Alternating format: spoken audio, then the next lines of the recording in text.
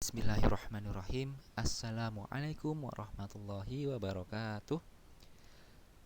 Anak-anakku yang semoga selalu dirahmati oleh Allah Subhanahu wa taala. Kali ini untuk mata pelajaran PJOK kita akan kembali melanjutkan materi tentang permainan bola besar. Untuk permainan bola besar yang akan kita bahas kali ini yaitu permainan bola voli dan bola basket, ya. Kalian bisa buka buku LKS kalian halaman 9, 10 dan 11, ya. Oke, langsung saja Bapak akan jelaskan. Untuk permainan bola voli.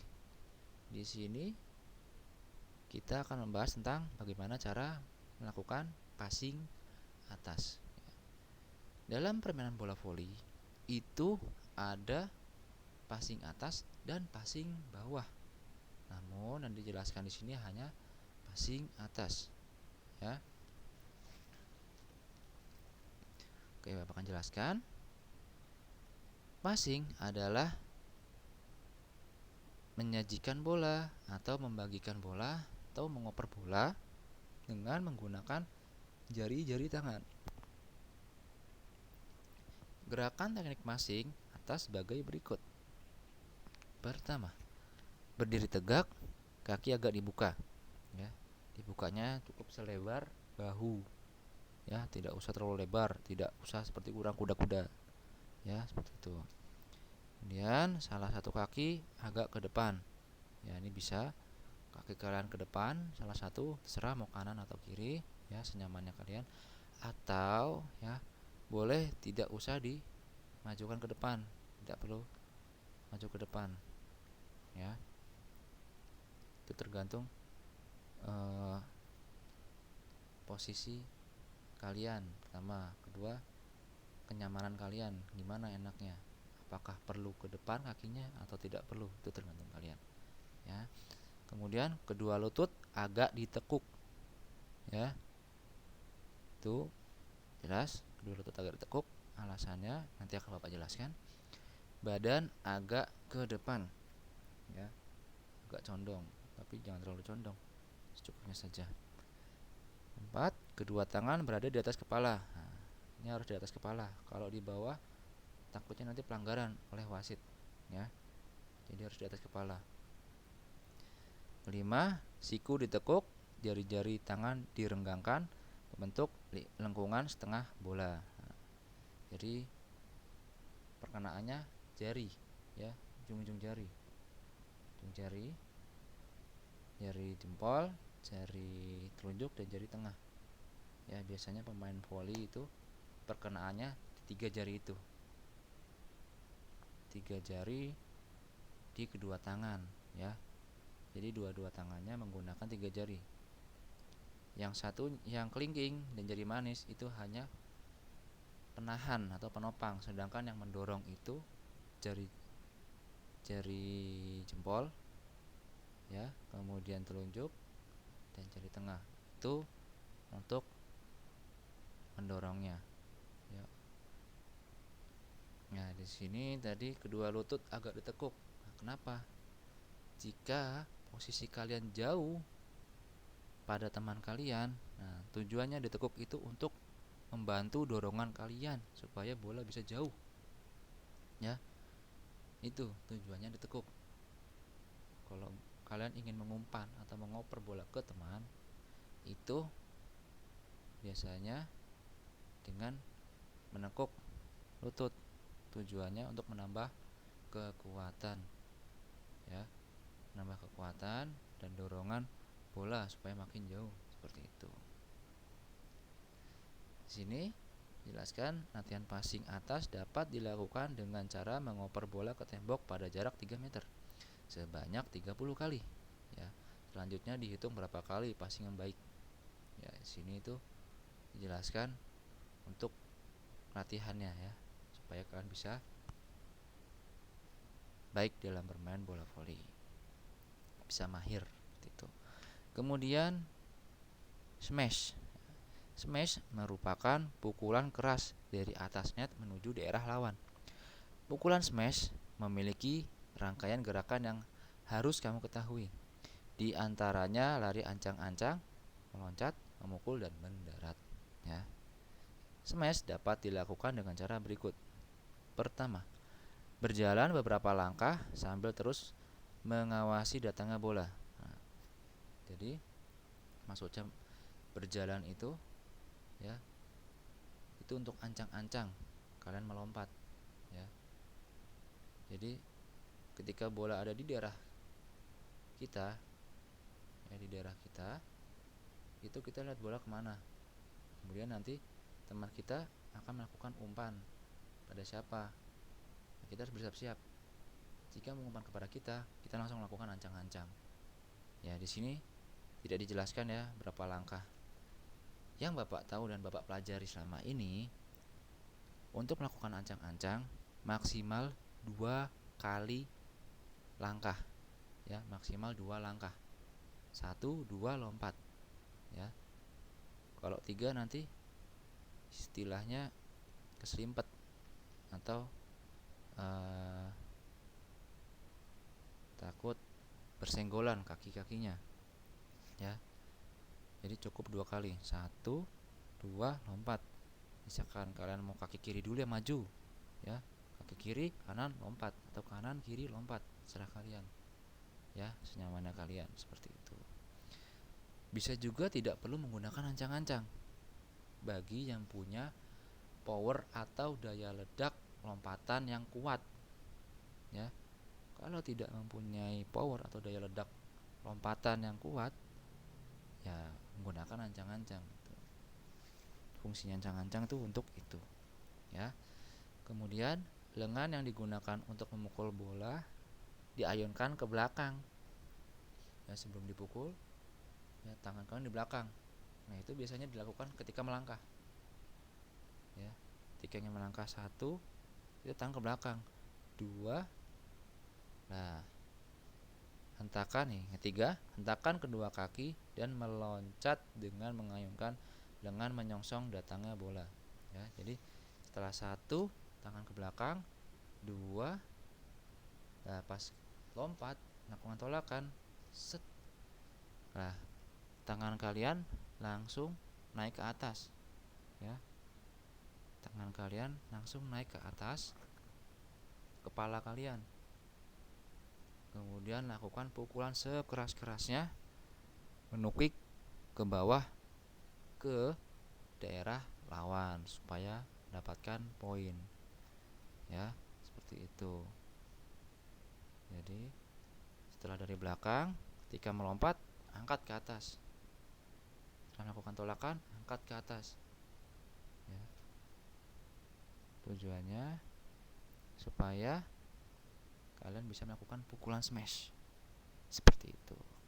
Kemudian saat loncatan pada posisi tertinggi, ayunkan pergelangan tangan untuk memukul bola. Nah tadi ya, sekuat tenaga serta arahkan bola ke daerah sasaran. Tadi Bapak jelaskan ya. Oke, selanjutnya blocking. Blocking merupakan sebuah gerakan membendung serangan lawan yang dilakukan di atas net. Pada umumnya, blocking dilakukan untuk membendung pukulan smash. Berikut cara melakukan blocking dalam permainan bola voli. Pertama, latihan blocking sambil berlari. Blocking dengan lari, maju, dan ke samping sebelum meloncat. Melatih loncatan ke atas, jangan sampai menginjak garis tengah, serta latihan tidak menabrak teman blok. Biasanya kan dalam ngeblok bola voli itu nggak hanya 1 orang, ada 2, kadang 3 orang. Tergantung misalkan kalau posisi teman kita jauh, tapi serangan dari tempat kita ya, serangannya dari arah tempat kita, nah, kita blocking sendirian bisa. Tapi kalau ada teman kita berusaha untuk tidak menyenggol ya, tidak menabrak teman kita seperti itu supaya tidak jatuh ya. Nanti kalau jatuh gagal blockingnya. Kemudian yang kedua, latihan blocking saling berhadapan. Blocking dilakukan dengan cara berdua atau berpasangan dan saling berseberangan. Blocking dilakukan sambil terus bergeser ke kiri dan ke kanan, ya. Ini bisa menggunakan bola atau tidak menggunakan bola, ya. Tujuannya itu supaya kita tahu seberapa kuat lompatan kita tanpa ancang-ancang, karena blocking tidak ada ancang-ancang. Kita mepet net, ya, dan tidak boleh menginjak garis serta menyentuh net, ya. Kalau menyentuh net dan menginjak garis itu pelanggaran, tidak boleh, ya. Jadi harus tidak harus agak jauh, bukan agak jauh sih, pokoknya jangan sampai menempel, tidak boleh menyentuh seperti itu, ya. Kemudian kalian lakukan seperti jongkok, ya, sebelum lompat itu jongkok dan lakukan tolakan sekuat-kuatnya, ya, sekuat-kuat kalian. Jika kalian bisa berhasil melewati titik tertinggi dari net, ya, dan kalian bisa menepuk tangan teman kalian, ya, saling bertepukan, itu berarti kalian berhasil. Kalau tidak sampai, harus dilatih lagi, ya, lompatannya seperti itu. Kemudian selanjutnya permainan bola basket. Nah, di sini Bapak akan sedikit menjelaskan tentang apa sih permainan bola basket itu. Oke. Untuk permainan bola basket itu terdiri dari 2 tim, yang setiap timnya ada 5 pemain, ya, 5 orang pemain.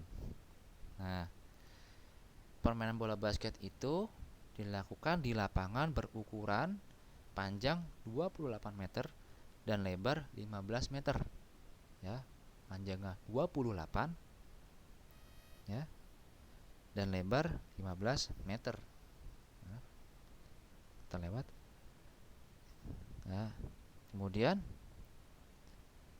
dalam permainan bola basket itu terdiri juga beberapa posisi seperti permainan sepak bola, ya. Kalau di sepak bola ada kiper, kemudian ada back, ada midfielder, ada striker, ada wings itu sayap, midfielder itu gelandang, ya. Sedangkan di basket itu ada 3 posisi, ya, bukan ada 3. Yang pertama ada forward yang bertugas mencetak poin dan memasukkan bola ke dalam ring lawan, ya. Kemudian ada defense, pemain yang bertugas menghadang lawan. Nah, biasanya pemain defense ini orangnya yang paling tinggi, yang paling mencolok pokoknya, yang paling tinggi. Kalau di Amerika itu rata-rata pemain defense itu 2 meter tingginya.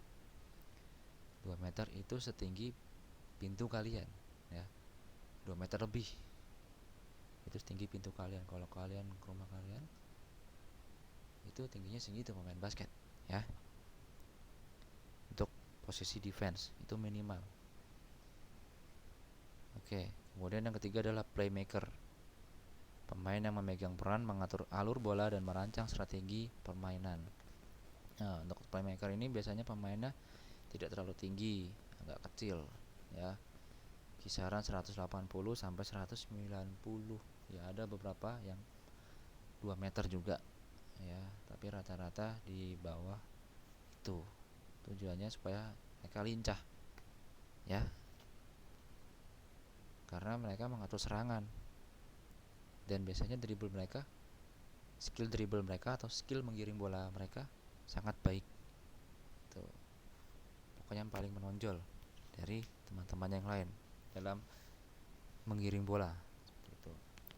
Oke, di sini Bapak akan menjelaskan teknik-teknik dasar permainan bola basket. Nah, di sini hanya ada 2, yaitu menggiring bola atau dribbling, kemudian ada menembak bola atau shooting. Oke, yang pertama adalah menggiring bola atau dribbling. Menggiring bola basket berbeda dengan menggiring bola sepak. Pada bola basket, menggiring bola dilakukan dengan memantulkan bola ke lantai dengan menggunakan 1 tangan. Tidak boleh menggunakan 2 tangan, ya, karena akan terjadi pelanggaran, ya. Kemudian tidak boleh ketika kita mendribble dengan 1 tangan, kemudian kita pegang menggunakan 2 tangan, terus kita dribble lagi, itu tidak boleh. Itu pelanggaran, ya. Atau setelah kita dribble, kita pegang bolanya dengan kedua tangan, kemudian kita berjalan lebih dari 2 langkah. Itu tidak boleh.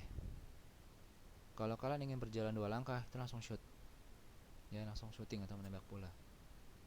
Itu ada gerakan, itu ada teknik dasar lain, ya. Tapi Bapak tidak ajarkan karena di sini tidak ada, ya, dan itu udah tahap lumayan berat. Ya, di sini Bapak akan hanya menjelaskan yang ringan-ringan saja.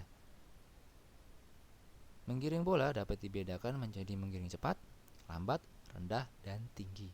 Ya, oke. Pertama, menggiring bola di tempat. Berikut langkah-langkah dalam melakukan gerak menggiring bola di tempat. A. Sikap awal. Pertama, berdiri tegak, kaki kiri ke depan dan kaki kanan ke belakang. Ya. Ini kenapa kaki kiri ke depan? Ini khusus bagi yang mendribble dengan tangan kanan. Kalau kalian menggunakan tangan kiri, sebaliknya. Kaki kanan ke depan, kaki kiri ke belakang, ya, seperti itu. Kemudian posisi badan agak condong ke depan dan lutut sedikit ditekuk, ya. Seperti melakukan kuda-kuda. Seperti itu. Berat badan berada di antara kedua kaki dan bola dipegang dengan kedua tangan. Ini belum dribble, ya. Kemudian B, gerakan. Pertama, bola dipantulkan ke lantai dengan menekankan tangan kanan pada bola, ya. Jadi maksudnya itu bolanya didorong. Nah, sebagian dari kita itu masih ada yang ketika mendribble itu bolanya dipukul, ya, atau bahasa kita itu ditepok, ditampar. Nah, itu bolanya akan tidak beraturan kanan ke kiri karena kita nepok. Pertama itu, yang kedua tangan kita akan sakit. Jadi gerakan yang benar itu kita dorong menggunakan jari atau bisa menggunakan telapak tangan. Boleh jari doang boleh, telapak tangan semua boleh, ya, senyamannya kalian. Tapi jangan ditepok, didorong, ya, itu. Dan didorongnya tidak usah terlalu kencang, secukupnya saja, disesuaikan, ya.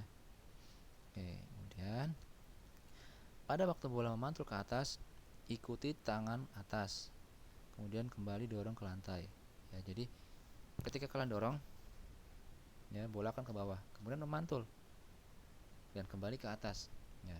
Ketika dia ke atas, setelah menyentuh tangan kita, kita ikuti, ada gerakan lanjutan. Nah, batasnya itu sampai pinggang, ya, sampai pinggang. Setelah sampai pinggang, dorong lagi ke bawah, begitu seterusnya, ya, begitu seterusnya.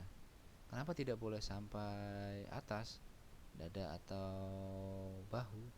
Karena itu bisa menimbulkan pelanggaran juga, ya, gitu. Kemudian ketiga, usahakan gerakan tangan tidak kaku dengan poros gerakan pada siku dan pandangan selalu ke depan, ya.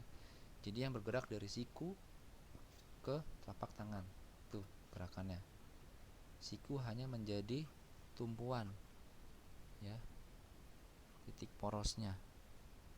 Jadi dari bahu ke siku, ya, itu tidak bergerak. Yang bergerak hanya dari siku ke telapak tangan, gerakan naik turun seperti itu. Nah, di sini keempat, apabila kidal lakukan dengan cara sebaliknya. Tadi Bapak bilang, ya, berarti kalau tadi kalian menggunakan tangan kanan untuk dribble, berarti kaki kiri di depan, kaki kanan di belakang. Sebaliknya, kalau kalian menggunakan tangan kiri, berarti kaki kanan di depan, kaki kiri di belakang, seperti itu. Kemudian yang kedua, menggiring bola sambil berjalan. Menggiring sambil berjalan, pantulan bola agak tinggi dan pantulan bola saat ke bawah berada jatuh di antara kedua kaki di samping kanan depan, samping kaki depan, maaf, ya. Jadi bolanya tuh pas jatuh berada di antara kedua kaki, tapi di depan kaki depan. Ya, misalkan kaki kiri kita yang di depan, berarti bolanya harus ada di depan kaki kiri. Kalau kaki kanan, kaki kanan, seperti itu. Dan tadi Bapak bilang kan kakinya agak dibuka, nah itu bolanya berada di antara kaki, tapi posisi di depan, ya. Kemudian ini kalian bisa lihat gambar ya, ada penjelasannya di gambar. Kemudian menggiring bola sambil berlari. Menggiring bola sambil berlari, pantulan bola agak rendah dan gerakan tangan lebih cepat. Gerakan tangan maksudnya gerakan dorongnya cepat, ya. Pantulan bola agak rendah. Nah, kalau tadi kan di sini pantulannya posisi tangan kita atau pasir pantulan bolanya tuh sepinggang. Kalau ini di bawah pinggang, mungkin bisa sepaha atau selutut, seperti itu, ya. Menggiring dapat dilakukan dengan pergantian kanan dan kiri, ya, bisa gantian kanan kiri, itu ada latihan selanjutnya. Kemudian keempat, menggiring bola tinggi. Menggiring bola tinggi maksudnya memantulkan bola setinggi pinggang. Nah, tadi Bapak bilang ya, hal ini dilakukan dengan cepat sambil berjalan. Nah, itu juga bisa tingginya sepinggang tapi bisa cepat, bisa tergantung dorongan kalian. Tapi untuk melakukan itu ada latihan selanjutnya, ya. Kalian harus membiasakan dengan pantulan pelan dulu. Kalau sudah mahir, baru ke step selanjutnya atau ke langkah selanjutnya, makin cepat, ya, pantulannya, seperti itu. Perbedaan terdapat pada saat melangkah.